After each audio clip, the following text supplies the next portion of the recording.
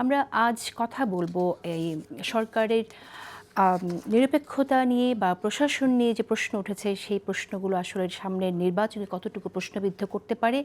আমাদের আজকের টাইটেল নির্বাচন নিয়ে শঙ্কা বাড়লো না কমলো। আমাদের সাথে আছেন মাসুদ কামাল, সিনিয়র সাংবাদিক, এবং আছেন মীর আরশাদুল হক, মীর আরশাদ, জাতীয় নাগরিক পার্টির যুগ্ম সদস্য সচিব। দুজনকেই ধন্যবাদ। আমি প্রথমে মীর আরশাদুল হক আপনার কাছেই জানতে চাই যে সরকার তো আপনাদের সরকার, প্রধান উপদেষ্টা নিজেও বলেছেন ছাত্ররা তাকে অ্যাপয়েন্ট করেছেন এবং আপনাদের প্রতিনিধি সরকারে আছে, নাহিদ ইসলাম নিজেও সরকারি উপদেষ্টা হিসেবে কাজ করেছেন। কিন্তু এই যে এখন আপনারা বললেন প্রশাসন বিএনপির পক্ষে কাজ করছে, অর্থাৎ প্রশাসন নিরপেক্ষ না, জনতার পক্ষে কাজ করছে না, তাই তো বলতে চাইছেন। এই ব্যর্থতা আসলে কার তাহলে? ধন্যবাদ আমন্ত্রণ জানানোর জন্য। প্রথমেই যেটা বলবো যে আপনার ওই প্রথম যে বক্তব্যটা সেটার সাথে সম্মানসূচক দ্বিমত পোষণ করছি। আসলে সরকার, আমাদের সরকার করে যেটা বলা হয় এটা হচ্ছে যে আসলে আমাদের যদি আপনার অভ্যুত্থানের ছাত্র প্রতিনিধি যদি আপনি ধরেন, সেক্ষেত্রে এখন কিন্তু উপদেষ্টা আসছেন দুইজন। একজন ছিল নাহিদ, যে উনি পদত্যাগ করেছেন এবং এনসিপির দায়িত্ব নিয়েছেন। সো এতগুলো উপদেষ্টা এবং এই জায়গা থেকে এই সরকারকে আমাদের সরকার বলে দেওয়ার যে প্রবণতা, এটার সাথে আমি সম্পূর্ণ দ্বিমত করছি। আর যেটা বলেছেন যে মাঠ পর্যায়ের যে প্রশাসন আছে তারা কিন্তু আসলেই নিরপেক্ষ ভূমিকা পালন করছে না। আমি যখন এই টক শোটা করছি এই মুহূর্তে কিন্তু চট্টগ্রামের আকবর শাহ থানায় কিন্তু আমাদের এক ছাত্র, আমাদের এনসিপির লোক, তাকে আহত করা হয়েছে পুলিশের সামনেই, এবং এখনও ওই ঘটনাটা চলতেছে আমি এখানে আসার আগ পর্যন্ত। তো মাঠ পর্যায়ে যেটা হয় যে এখন থেকেই একটা প্রবণতা আমরা লক্ষ্য করি যে আচ্ছা, বড় দল কি বলতেছে, তাদের বড় নেতারা কি বলতেছে, সেই দিকে তারা কথা শোনা, তাদের কথা মতো কাজ করা। ইভেন সরকারি বিভিন্ন বরাদ্দের ক্ষেত্রেও আমরা এটা খেয়াল করি। আমি খোঁজ নিয়ে দেখেছি, যেমন ধরেন চট্টগ্রামের বাঁশখালী আমার বাড়ি, বাঁশখালীতে পর্যন্ত দেখেছি যে বড় দলগুলো থেকে একটা প্রেশার ক্রিয়েট করা হয় যে আমাদেরকে এই সার্ভিসটা দাও, আমাদেরকে এই পরিমাণ যে সরকারি যে সুযোগ সুবিধাগুলো সেগুলো দাও, এরকম একটা প্রেশার তৈরি করার একটা প্রবণতা আমরা দেখি, সেটা সারা দেশে সবগুলো জায়গায়। তো আরেকটা জিনিস হচ্ছে যে এই প্রশাসন, মাঠ পর্যায়ে যে প্রশাসন আছে, এই প্রশাসনের কিন্তু সুষ্ঠু এবং নিরপেক্ষ নির্বাচন করার কোনো অভিজ্ঞতাই নেই। কারণ গত যে আওয়ামী ফেসিবাদের যে আমলটা ছিল, সেখানে কিন্তু এক প্রকারের যে ভোট ডাকাতি, ভোট চুরি এবং যে দিনে দুপুরে ডাকাতি, সেই জিনিসটা কিন্তু এদের হাত দিয়েই হয়েছে। সো সেই জায়গাটায় বড় কোনো সংস্কার, বড় কোনো পরিবর্তন এবং ওই ঘটনাগুলো যারা ঘটিয়েছিল, যারা এখনও দায়িত্বপ্রাপ্ত, তাদের কোনো বিচার হয় নাই, তাদের কোনো তাদের বিরুদ্ধে ব্যবস্থা হয় না, এরকম ঘটনাও আছে।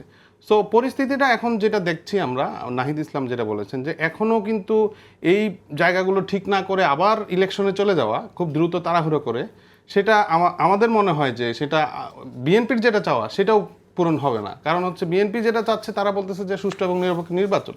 তো এই বডিটা দিয়ে আপনি কিভাবে সেটা এক্সিকিউট করবেন সম্ভব হবে বলে মনে করছেন?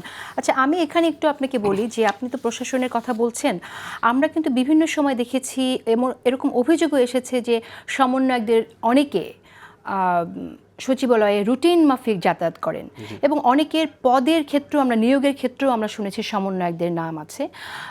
আমি প্রভাবের কথা যদি আমি ওভাবে আপনাদের নিয়োগের কথাটা যদি এখন সাইডলাইনেও রাখি, আমি একটু উদাহরণ তুলে ধরতে চাই। যেমন 2025 মানে এই বছরের 3 এপ্রিল অটোয়ারী উপজেলার নির্বাহী কর্মকর্তার দপ্তরে সার্জিস আলম বিভিন্ন দপ্তরে প্রধানদের ডাকেন, ইউএনএর অফিসে সম্মেলন করেন, তিনি মিটিং করেন, এবং এরকম একটি না, এরকম আরও উদাহরণ আছে।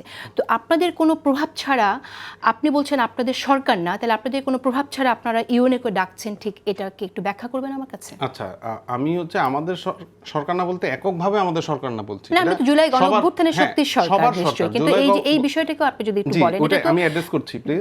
ওটা সবার সরকার বলতে আমরা যেটা বোঝাচ্ছি, এটা কিন্তু সব দলের থেকে এই সরকারটা গঠিত হয়েছিল। যখন 5 তারিখের পরে সরকার গঠন হয়, বড় দলগুলো বিএনপি থেকে শুরু করে, জামাত থেকে শুরু করে, কারা উপদেষ্টা ব্যাপারে সুপারিশ করেনি, কারা যে আপনার বড় বড় পদগুলোতে কারা বসবে সেই ব্যাপারে সুপারিশ করেনি, সবাই করেছে।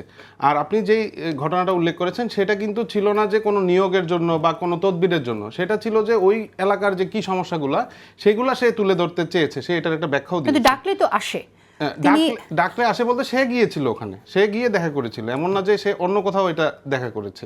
তো আর একটা জিনিস যেটা আপনি বলছেন, যে আমি যেটা মনে করি যে আপনাদের উদ্বোধনী অনুষ্ঠানের কথা যখন আপনাদের দলের যে আপনার প্রোগ্রাম হলো তখনও তো আমরা দেখেছি যে গাড়ি দেয়া হলো জি। এবং সেটার ব্যাখ্যা চাইতে গেলেও আমরা বিভিন্ন রকম ব্যাখ্যা শুনলাম, একটা এমনও শুনলাম যেটা ভয়ে দিয়ে দিয়েছে, চাপে দিয়ে দিয়েছে। তো আপনাদের কোনো প্রভাব না থাকলে এই জিনিসগুলো এমনি হয়ে যাচ্ছে নাকি? না, ওই ব্যাপারটাও আমাদের পার্টির পক্ষ থেকে ব্যাখ্যা করা হয়েছিল। ওখানে আহতরা আসার ব্যাপারে একটা আবেদন জানিয়েছিল যে আমরা আহত, আমরা ওই জায়গাটায় যাইতে চাই, সেক্ষেত্রে আমরা একটা আবেদন করেছিলাম ওখান থেকে। যদিও আমাদের পার্টির তরফ থেকে এটার জন্য আমরা তাদেরকে সমালোচনা করেছি এবং এটা আমরা অ্যালাউ করিনি। পরবর্তীতে যেটা হয়েছে, আমরা বাকি সবগুলো প্রোগ্রাম আমরা নিজেরা আয়োজন করার চেষ্টা করেছি। এক্ষেত্রে কোনো তদবির বা এই ধরনের বিষয় নেই। আরেকটা বিষয় আমি বলি এখানে, সেটা হচ্ছে যে এই যে একটা ধারণা, আমার মনে হয় বড় দলগুলো থেকে এটা চাপিয়ে দেওয়া হয়েছে যে সরকারকে আর আমাদেরকে গুলিয়ে ফেলা হচ্ছে। এটা আমি কয়েকদিন আগে আরেকটা টকশোতে বলেছি যে আমাদেরকে গুলিয়ে ফেলা হয় এই জায়গা থেকে যে সরকারের যত ভালো কাজ, যে ধরেন যে রমজানের সময় কিন্তু দ্রব্যমূল্য মোটামুটি সহনীয় পর্যায়ে ছিল, বা ইলেকট্রিসিটি কম গিয়েছে, বা আরও অনেকগুলো ভালো কাজ এই সরকারের আমলে হয়েছে। সেই যে ভালো কাজগুলো, সেগুলোর যে সুনাম, সেগুলোর যে ক্রেডিট, সেটা কিন্তু আমাদেরকে দেওয়া হয় না। যখনই কোনো একজন উপদেষ্টা, যখনই কোনো একটা জায়গায় একটা সমালোচনা তৈরি হয়, কোনো একটা ভুল হয়, সেটা বলা হয় যে এটা এই সরকার করেছে, এটা হচ্ছে এনসিপির সরকার, এটা হচ্ছে এদের সরকার। মানে ক্রেডিটটাও আপনাদের দেওয়া উচিত আপনি বলছেন। আমরা মনে করি যে এই সরকারটা সকলের সরকার, এবং এটা কিন্তু বড় কোনো দল, সেটা বিএনপি হোক, সেটা জামাত হোক, বা অন্য কোনো দল হোক, তারা এটা বলতে পারে না যে এটা শুধুমাত্র আমাদের সরকার, এটা সবার সরকার।